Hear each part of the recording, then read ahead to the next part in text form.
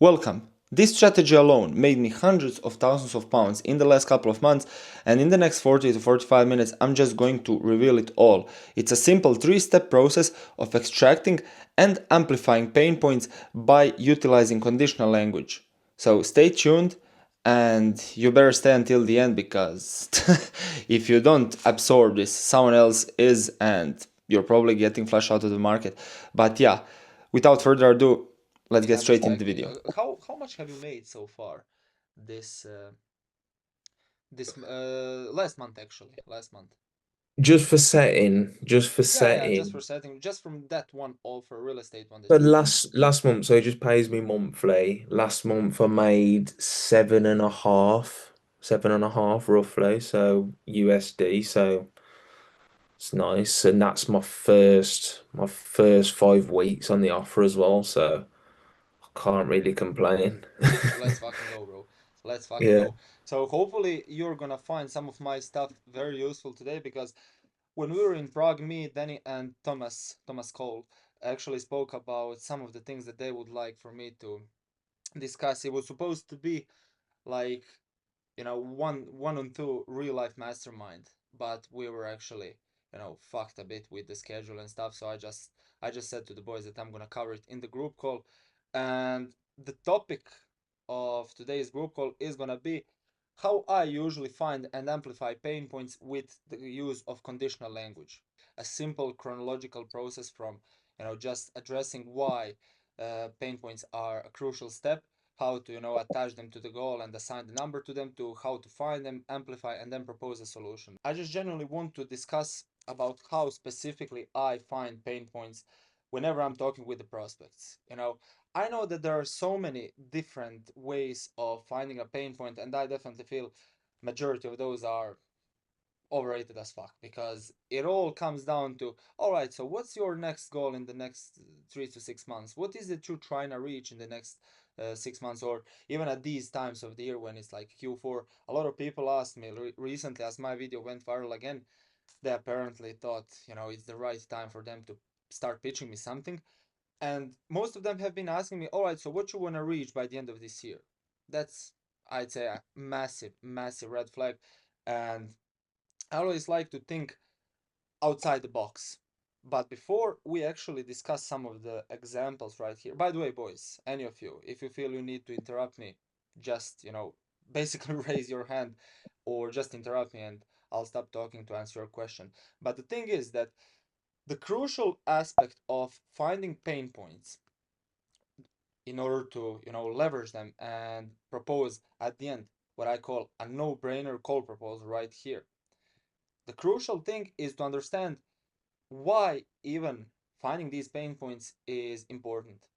I'd say that that's by far I'd say definitely by far the most important thing that you can do as a setter in your entire sales process, because I like to think about this whole process, this whole structure, as a chess game, because you genuinely are trying to outsmart your opponent.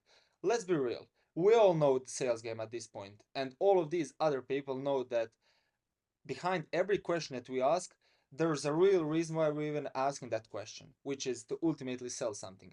In B2C, that might not be, I'd say, as present as in B2B, but we all tend to be involved in a more professional environment, which is exactly why we need to be aware that other people are also aware of our game. And with that being said, we just need to outsmart them. We, as a part of this, what I call chess game, we just need to be 2, 3, 4 moves ahead of them. We constantly need to, I'd say, foresee what their next move might be. If you get me what I'm trying to say, boys. We just need to kind of predict their next move and then play it accordingly. The thing is that all of these people that I mentioned earlier that have been asking me, like for years and years and years, about my pains and stuff, they don't care. They genuinely don't care about my problems. They don't care about my goals. They care only about cash. Because if they did care, they wouldn't mostly be posting their own wins on their personal brand. Like, oh, look at me, I made 30K last month, I made 50K last month. But rather, instead of that, if they actually cared, they'd be talking about how many people they helped with. How many people they actually helped, because, yeah, it's kind of selfish. please correct me if I'm wrong, maybe I'm just delusional, but I generally feel that in this situation of the industry right now, there are too many people being too self-centered. And you can see all these results from all these gurus out there talking about their own success and how they've been using their own systems to provide success to themselves. Yeah, that is good, but I feel it's kind of selfish because, I'd rather talk about how many people I managed to help. And that's exactly what we need to do. We just need to be different. We need to make them comfortable in our environment. I'm constantly saying that because in order to find a pain point, you can't expect from someone to actually, I'd say, open up to a stranger. You genuinely just need to make them comfortable because, like I'm gonna be stating later in this part of how to find the pain points, you just need to build your way up. You need to build your way up by asking less intrusive questions first and then moving on to the more intrusive ones. But before we do so, we got to understand one simple principle that has to do something with the pain points, which is that every single pain point is attached to the goal. Let's say all of our goals at some point when we only joined this program was to, let's say, escape a 9 to 5, to make more money to provide for our family, to quit college, to find a deeper purpose, and that's the goal. But the pain point of working that 9 to 5, of going to college, of being broke, is attached to the goal of making more money. So that's the goal. But in order for you to find the goal, we, like you boys can see, we're kind of going down this hole chronologically. We need to first assign the number to the specific problem. And like I've said, in any industry, there is most commonly some of these. Not enough customers, not enough leads, profit margin too low, not making enough money, not booking enough calls, that's in B2B. But in B2C, it might be, all right, so how much money are you currently making as a McDonald's worker, whatever. Still, you assign the number because you need to quantify it, you need to measure something. As we all know, numbers are infinite, and you can kinda, if it genuinely makes sense, you can promise them more. In this program, that's like making, I don't know, 5K a month as a setter, which is more than double if they are, like I said, a McDonald's worker making 2K a month or something, not even that. So by assigning that number to that specific problem, you successfully made your first step towards just extracting the pain point. Because like I said, behind every goal there's a pain that's preventing them from reaching that goal. Do you get me, boys? Do you follow so far? Like, does that make sense? Hopefully it does. I can't see you nodding your heads because, yeah, all right, it does. But essentially, in order for you to find to find the pain point of your prospect, like I've said, you need to build your way up with asking less intrusive questions first and then moving on to the more intrusive ones. Because realistically, if any of you got asked a question, the very first question that you, let's say, faced from us here before you joined this program, if it was like, all right, so how much money can you invest? You'll be like, oh shit, that's a massive red flag, and you just don't want to do anything with the fact that no one's asking you about your problems, about your situation, but only about the situation in your bank account. That's a massive red flag. And that's exactly why I said that less intrusive questions should be asked first to build your way up onto the more intrusive ones. I like to think about it.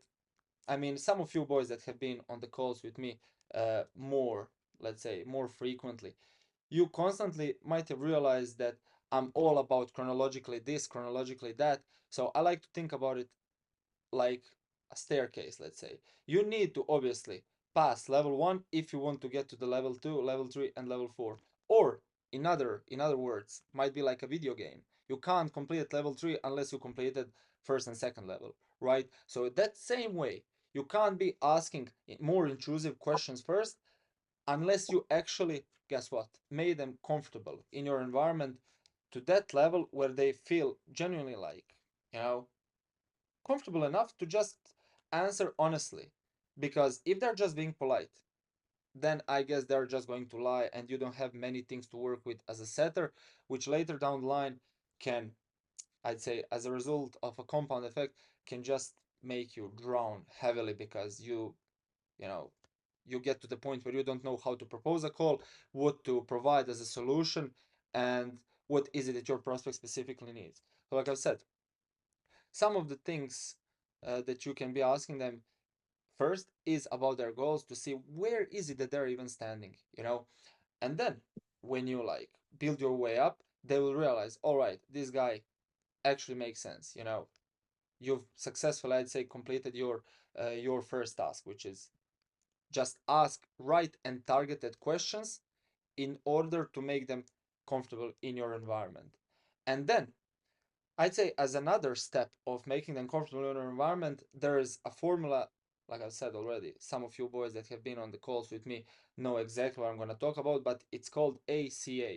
It stands for Acknowledge, Compliment, Ask. Why is that important? It's simply important because these other people that I mentioned earlier, these gurus and these gay coaches out there, they don't utilize that. They think that acknowledging an answer that the prospect gives them is enough if they say, okay, cool, sounds good. All right, bro, I get you. Gotcha. Anything along those lines. I don't feel that's good simply because it's too robotic. It's too kind of weird also because you'd never approach a person face to face and just reply like you're programmed or something. No, you actually need to put time and effort into even one simple acknowledgement. As much as it can seem, I'd say, insignificant or something, but that genuinely builds that entire personality of yours. Because at the end of the day, all you boys need to realize that not only you need to be a good setter, that's not enough. You also need to represent an entire brand and an entire company properly because you need to show that personality. And by acknowledging deeply, showing empathy, what I'd like to say, I'd like to point that out, showing empathy and emotion is absolutely crucial because when someone says, let's say, oh, bro, I'm working as an Amazon delivery driver or whatever, I'm trying to make more money so I can escape it, you saying, okay, bro, I get you, is not enough.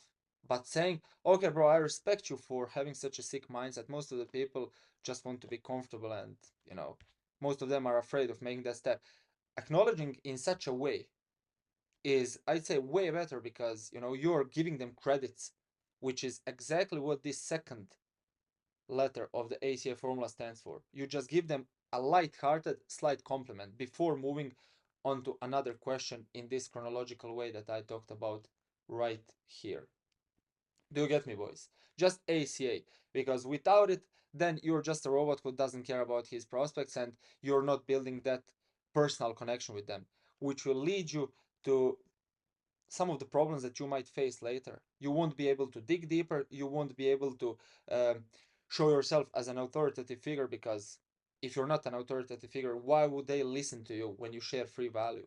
And then you won't be able to relate. And like I've said already, you don't have that empathy. You just don't care about them. You get me? So that's why these three simple things are really important. And for some reason, I don't even know why people don't utilize it, but they're still making cash. So I guess they don't care, right? But some of the examples that you can actually use in order to find the pain points are some of the basics ones. Obviously, this is just like a layout, and then you need to fill it out depending on exact situation your prospect is in, so you can once again make it more personalized. But it can be something as simple as, I'm curious what brings you to set up those goals right now. Seems to me like you're doing really good already. That's after you find the goal because, like we stated already, uh, every single pain is attached to the goal that they're trying to reach. What do you think you need to do to hit that goal? Whatever, some of these basic questions make it more personalized, of course. And then, what I want to say is that there are three situations that our prospects can be in. It can be they can be in a positive situation, so they, like, let's say, Morgan, you for example, you're making 7K a month right now. You are doing really good, but guess what, you want to do more. You just asked me that, and if I was about to sell you to help you get to the next level as a manager, let's say, I would literally, I'm gonna reveal my game, I would literally ask you, bro, considering you're making fucking 7K a month already, like, what makes you want to do even more? To me it seems like you're absolutely killing it, so I'd say there is no need for it, or something along those lines, because you're doing extremely good. And that's a question I would ask to dive deeper and try reveal your pain. Why is it that you want to make 10, 12, 15? Because realistically, 7K a month, doing online work, it's fine. But probably the reason why I want to do more is because you never want to be complacent. You want to be top 1% of the industry, and you don't want to get flushed out of the market. And that's some of the things that real killers that are already doing good, that are having a positive stuff doing going on their end.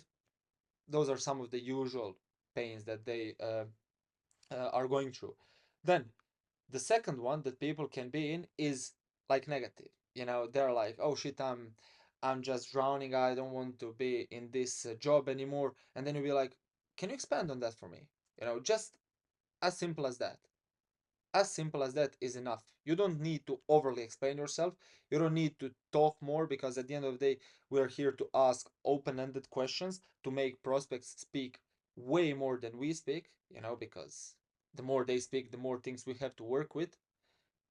And that's simple. It's genuinely as simple as that. Or it can be, all right, bro, tell me a bit more about it. And that's enough. And then the third one, if it's neutral, like they are unsure, we've all been through that probably, especially before people join this program. I personally, when I was just a setter, I faced like hundreds and hundreds of people who want to make money, but they're like, you know, yeah, unsure.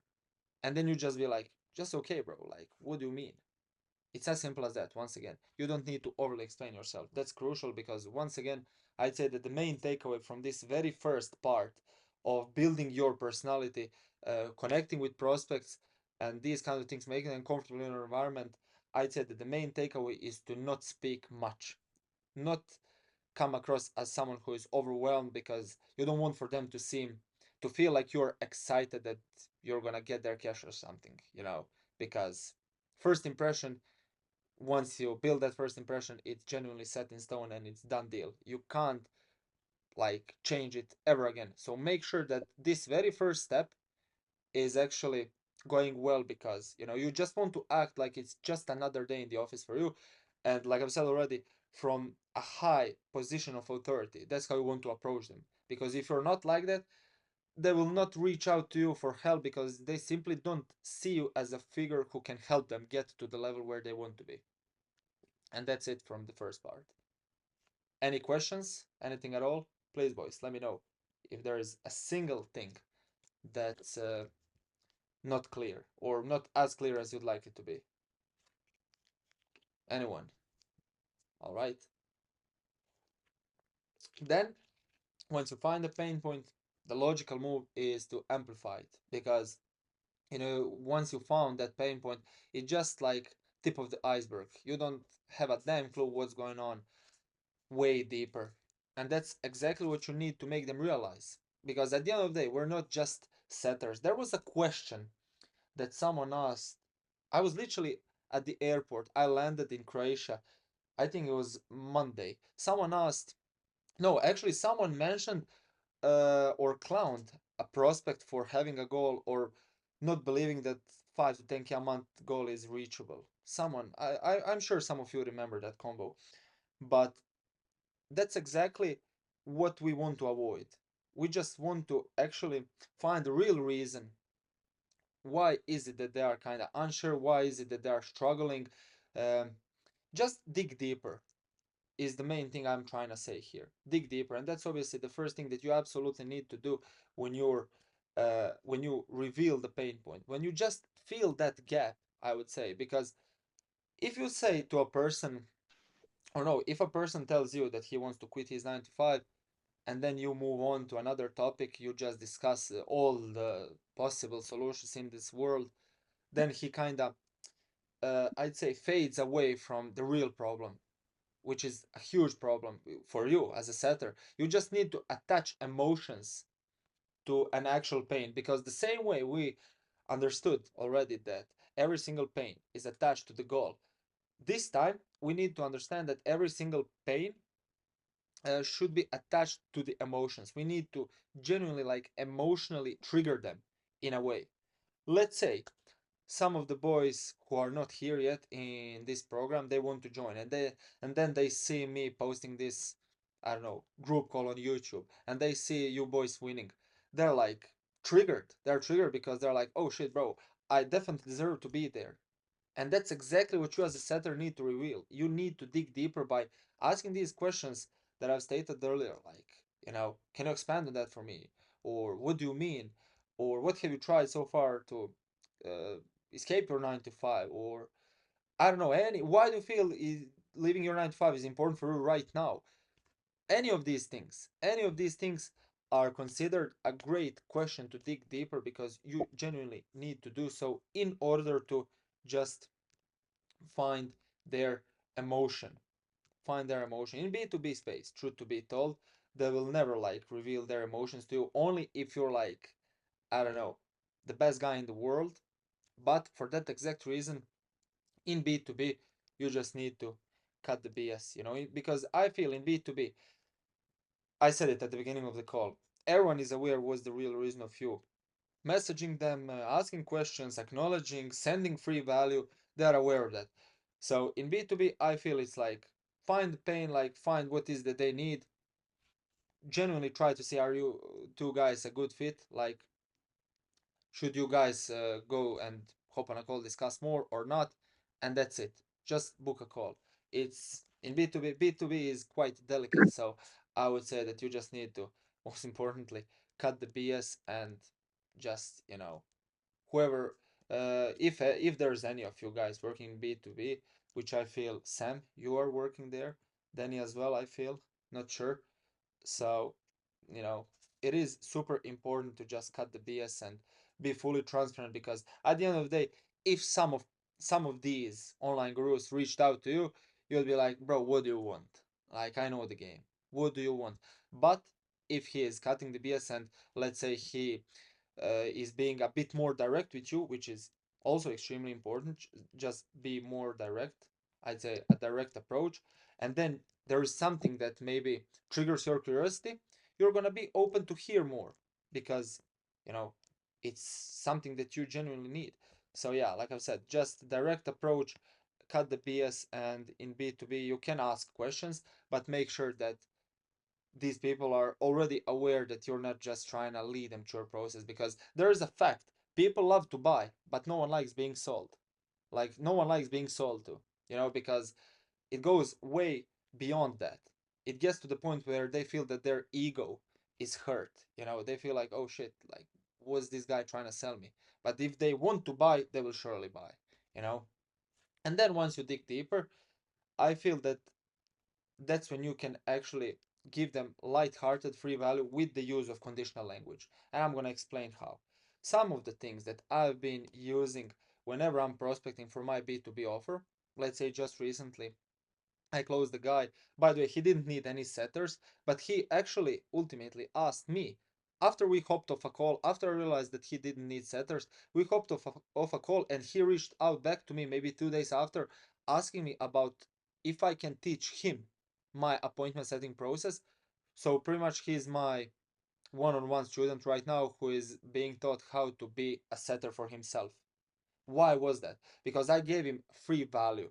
When we were on that call, I was literally, obviously, as usual, trying to lead my closing process, trying to see if he's a good fit or not. B2B, once again, I was cutting the BS. And when I realized that he is not quite a good fit, I was like, bro, have you tried to potentially do the setting for yourself? That's literally what I said. And this conditional language part is potentially, while also giving a free value. Because I was like, bro, have you potentially tried to do a setting for yourself? Because, you know, I've been there. I've been there when I was like at the beginning of my journey, when I had only one or two clients. I was there. I was doing the setting for myself. I was building my way up, and just finding the right process that works for me. I was creating systems, and I shared the story of me getting banned from Instagram, switching onto LinkedIn because that's where I found him, and his page was fresh as well. And he found that extremely, extremely relatable. I show him that I showed him that I can just relate. I was like, bro, have you tried that? And by me asking him, he was like, oh damn, I didn't try. Like, I definitely will. And after the call, like I've said, I closed him, nothing crazy, just 1.5K, and that's it. You know. And the thing is that I feel without me sharing that kind of a light-hearted free value, you know, I just made him kind of get over the line. And the reason I say light-hearted is because all these people that I mentioned earlier, all these gurus, as soon as you drop them a follow, they will just kind of try to, I don't know, just push their YouTube down your throat, which I don't consider lighthearted. They'll be like, "Yo, bro, saw you following me. Here's a YouTube video where I explain X, Y, Z. Let me know when you watch it." And that's kind of, just annoying. But lightheartedly, including conditional language, potentially, maybe, might, possibly, these kinds of things, and genuinely not trying to push anything down their throat is how I feel I close that guy. And that's exactly why I tried to include it here, because he was obviously in pain and I just shared some free value with him. And 2 days after, even though I wasn't intending on closing him ultimately, I was trying to add him as a follow up. And then I tried to, uh, you know, get him some setters later because I'd be able to close him for more. I was like, that was my real intention. But no, as soon as I saw the opportunity, I just realized that I can close him even for 1.5k, because why not? It's ultimately like a B2C guy, but the only difference is that he's gonna set for himself. And the main reason is simply because I showed empathy. I showed him that I was in the exact same position as he is in right now. I was there like 5 months ago. So I literally paved the path that he can now follow and that he is actively following right now. You know? And once you show empathy, once you relate, once you show yourself like in true colors, I'd say, because once again I'm going to reflect on all these people that are too perfect for this industry. They're making hundreds of thousands of dollars a month. They are never having any losses or something. No, I like to be different, and I like to openly admit, bro, I was banned 5 times. I was like drowning. I was, I just didn't know how to find a way out. I admitted it openly that I was, and sometimes I still struggle, even if it's something as simple as finding the motivation or discipline to record a YouTube. I just show that I'm a real guy who is on my own journey, and that's it. And then, when it comes to the end, you just propose a solution, the same way I'm currently doing with one guy that I have in the pipeline. So, before I dive deeper into that, any questions, boys? I feel there should be some questions, to be honest. I got a question. Yeah, please, brother. So I noticed that when you were talking about how you got this new potential client on your one-on-one, you Yep. proposed the proposal started with, have you considered potentially? And that reminded me of what you said a few minutes prior, which was that everybody likes to buy, but nobody likes to be sold to. And I think the correlation there is that you actually asked the question in a way where it was his idea rather than your idea. And I noticed that also coupled well with the conditional language. I was wondering if you thought that had an impact. Oh yeah, I absolutely feel that had an impact, because in this proposal solution part, in this proposal solution part that I'm gonna talk about right now, I literally, before this group call, when I was preparing this sort of a presentation, maybe 10 minutes before I started preparing it, I sent a voice note to the guy. This is literal uh, voice note put in a textual form. And the way I like to propose a solution is by just giving them an idea, not saying I can do this, I can, and I will, the same way I did already. No, I was like that maybe 5 months ago, but now I realized, like you said yourself, and I'm glad that you fully understood the point. I'm proposing a solution like it's their idea. Have you thought of this and that, while also giving them free value? Because I feel that you just need to acknowledge their situation, like I've said here, and make them aware that the solution exists, which is a super light-hearted approach with the use of conditional language, of course, because that's what completely puts the salesy pressure off of the prospects, like completely. And this is how I've done it in the very first part. By the way, this was a voice note, like I said. All right, bro, I definitely see the potential, just the acknowledgement. You getting good amount of replies already is huge. The compliment, remember, boys, ACA thing. But I'm glad you were transparent with me regarding converting those into bookings, and I definitely feel I might be able to potentially assist you with it. That's what I said. It was kind of a mixture of B2B and B2C, because he's in the same position as this guy that I closed already. So I feel I'm gonna try and sell him on like one-on-one coaching for his business. So he's planning on being a setter for himself. But you see, boys, this first part of the voice note, acknowledge, compliment, let him know that the solution exists, and just give him some credits for being super transparent. But he wouldn't be super transparent if I wasn't utilizing some of these things that I discussed earlier. Less intrusive, chess game, predict the moves, be different, make them comfortable and stuff. Does it make sense? Danny, does that answer your question, by the way? Yeah, I appreciate it. Of course, Yeah. because yeah, go on, please, while I'm looking for something. Yeah, so I heard what you said about this, and obviously, when you hopped into that call, the intention wasn't that. But I just wanted to remind myself, like, what was the intention behind that call in the Oh, bro, first? just to sell him on my B2B. All right, but you didn't make it look like that, right?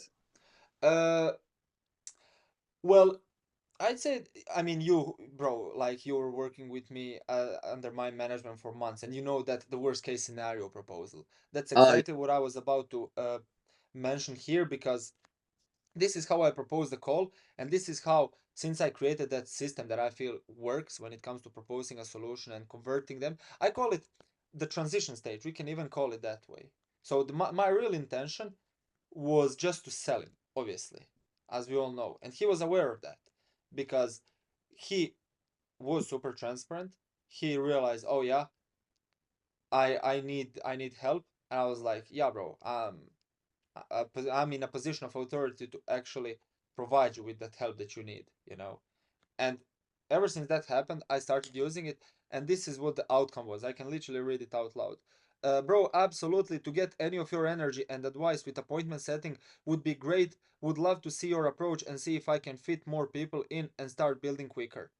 And then he sent me some of the screenshots.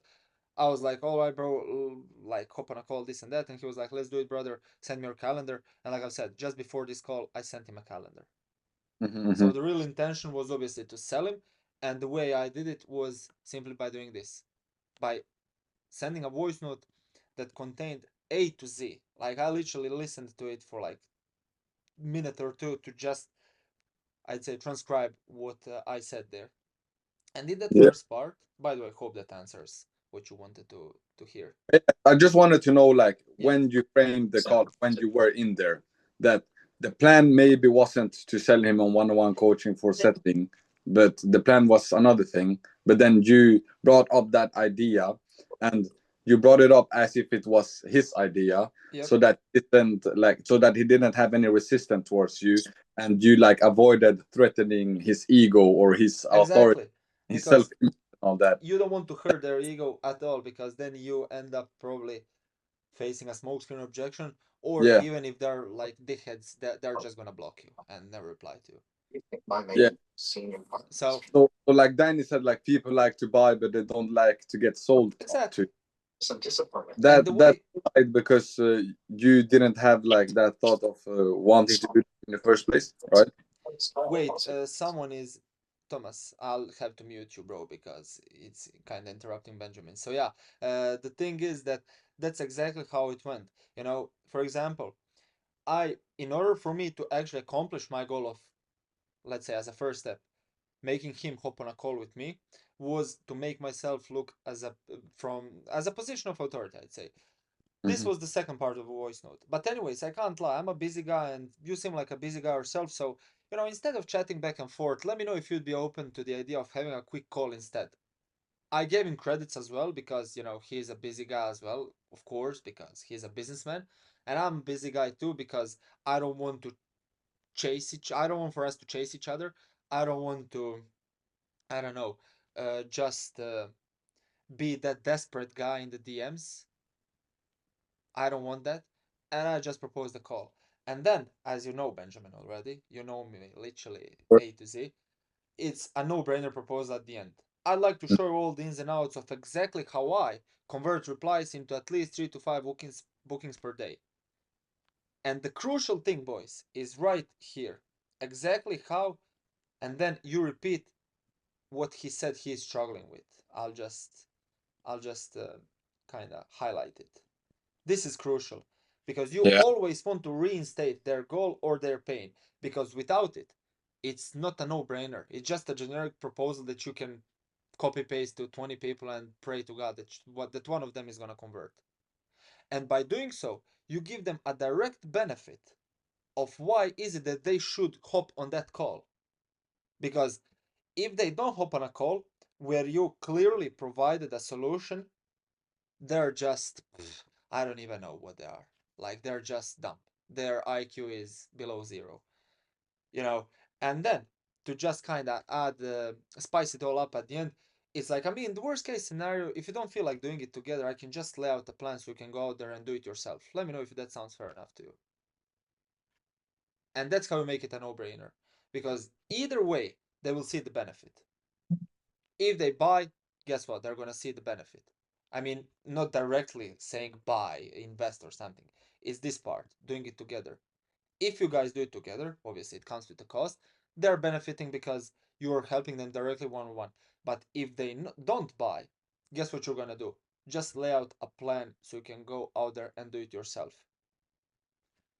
You don't have to do that by the end, because trust me, if you're a skilled closer, or if you're working under a guy that's having a skilled closer, or he himself is a skilled closer, he's gonna easily convert it, because by this point of the convo they are warm as fuck and there should be no problems for them to actually close. I'd say that if you utilize this entire process right here, this entire thing, your closing ratio could surely be 7 out of 10 at least, because these three obviously are, you know, some of the things might pop up that's preventing them from buy.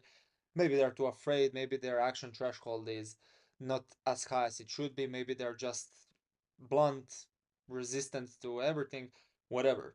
But with our setting process, we need to make sure that our process is as perfect as it can be. And I feel that this single-handedly is, I'd say, out of my 3 years long journey, I definitely feel this is what should and is standing out the most when it comes to talking with prospects and making them feel comfortable in our environment.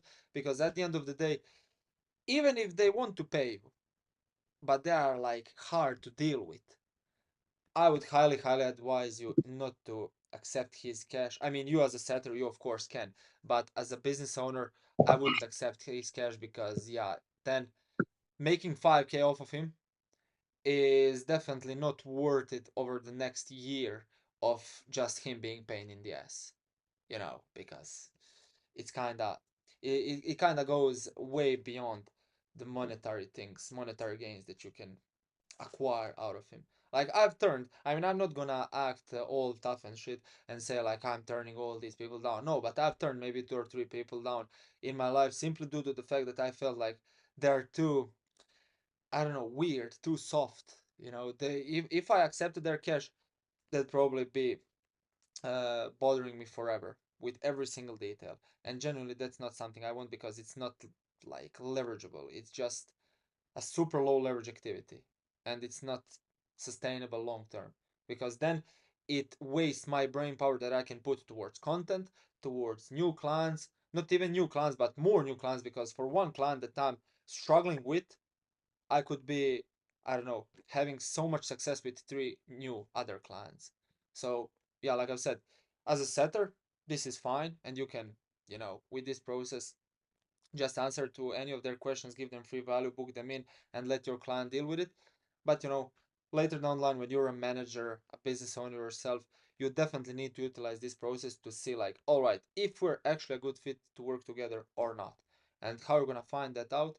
Simply by asking these right and targeted questions and connecting on a deeper, more personal level. Because I'm sure that none of you boys would actually invest in this program if you felt like, I don't know, we're all weird, we're all a bunch of geeks, we're all like scammers or whatever, you know. But the reason you invested is because there are multiple of these meetups that we're going through, just, you know, chilling, hanging around and stuff. And we're all like, you know, building a tight community. So you want to be on that personal level with your prospect, with your client, because without it, the success is like, I'd say, super hard to reach, because you guys are just not on the same wavelength. You kind of are not matching, if you get what I'm trying to say. But yeah, all in all, that is those are some of the main principles of my approach, and hopefully you find it helpful. Let me know. Yeah, good stuff. Really. Yeah, glad to hear. Any Yeah. questions? I know I've been having a proper monologue for like 40 minutes, and you know, I need some questions at this point, just so I'm not the only one talking actually. Chris, can you hear me? Yes, brother. What's up? I just wanted to say thank you. I mean, look, I've taken loads of notes on that. That Let's was fucking really, go. really good. You're the tiger for a reason. Rambo. Let's fucking go, bro. And, boys, it's good to see you all again. But no, Yeah. Chris, that was really, really useful. I just wanted to ask you one thing actually, Yeah. which was there was a bit where you were talking about digging deeper into the pain point, and then you moved on to sort of like light-hearted free value. I just wanted to ask, like, can you go back to the digging deeper bit a little bit more and just explain that how you would do that? Yeah, absolutely. What is it that you feel you need more explaining on? So say they give you like a really obvious pain point, Yep. and it's something that you're going to try and leverage. What sort of questions would you be asking to get a better understanding Okay. of that pain point? All right. I don't know if you, once again, chess game. I don't know if you play chess or not, but it's actually really simple because I already thought of two kind of questions that I could ask. Yeah, me Like, too, bro. yeah, literally, bro. Yeah. Let's say you find a pain point, and then you'll be like, all right, so why do you feel you need to XYZ, reach XYZ goal? Or why do you feel you need to fix XYZ thing? Whatever, you just ask that to dig deeper. And then he says, oh, because let's put it in a simpler way, because you know you're kind of still new in the program and stuff, so I'll just try to simplify it as much as possible. Why Chris, do you can I feel just you say need? it in Yeah, one sentence, super briefly, please and then go you on, brother. dig deep onto it? So, Sam, type this down. Just the why, the how, and the what if. Just those three, and you can go about whatever with those. Yeah, that's Nah, nah. very much true. But like I've said, in order for me to simplify it as much as possible, I'll just put it in a B2C example. It's like, oh yeah, bro, so you're a construction worker, right? Considering, as far as I know, the pay is good. So let me know, why do you want to actually quit that 9 to 5 right now out of all the different times? I mean, you're 21 also as well, like you're quite young. And then he goes on about, you know, the reasons why he wants to quit it. Emotions. Remember what I said, Sam, earlier about it. Emotions. Trigger their emotions and stuff. And then when he reveals the real reason, once you dug deeper, once he reveals the real reason why he wants to reach or solve XYZ thing, you just be like, I mean, bro, have you maybe tried, you know, lighthearted free value? Let's say in a B2C example. All right, bro, I see. Have you maybe tried appointment setting as a side hustle to get there? I mean, it helped me. 3 years ago, it helped me. You know, I sold my PS5 and started making 2-3K a month with it. In Croatia, that's a lot. So it helped me just move to Thailand for 2 weeks. You see how lighthearted I am, while also giving them free value by asking a question such as, have you tried appointment setting? An online hustle of appointment setting. You can work from wherever you want as long as you have your phone and Wi-Fi. Have you tried that? Have you considered involving yourself in any online hustles by any chance? You get the point. Conditional language. Have you considered involving yourself in any online side hustles by any chance? Possibly, potentially, any of these things. Hopefully that kinda answers your questions, because I don't think I could have simplified it more, to be honest.